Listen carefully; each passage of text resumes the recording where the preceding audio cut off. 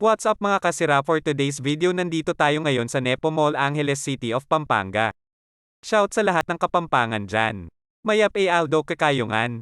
At may titikman tayong Dragon Balls na umuusok ngayon mga kasira. Sa nakikita nyo, ayan na nga, nakapila na kami ni Joey dyan at pinagmamasdan namin paano ginagawa yung Dragon Balls na umuusok. Ang presyo nga pala nito ay 150 pesos per cup, kayo na bahala magbilang kung ilang piraso.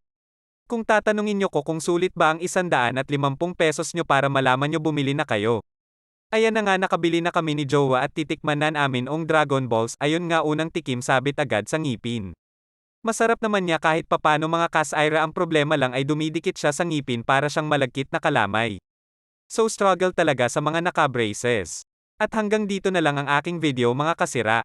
At huwag kalimutan mag-follow, like at i-share ang video. Paalam.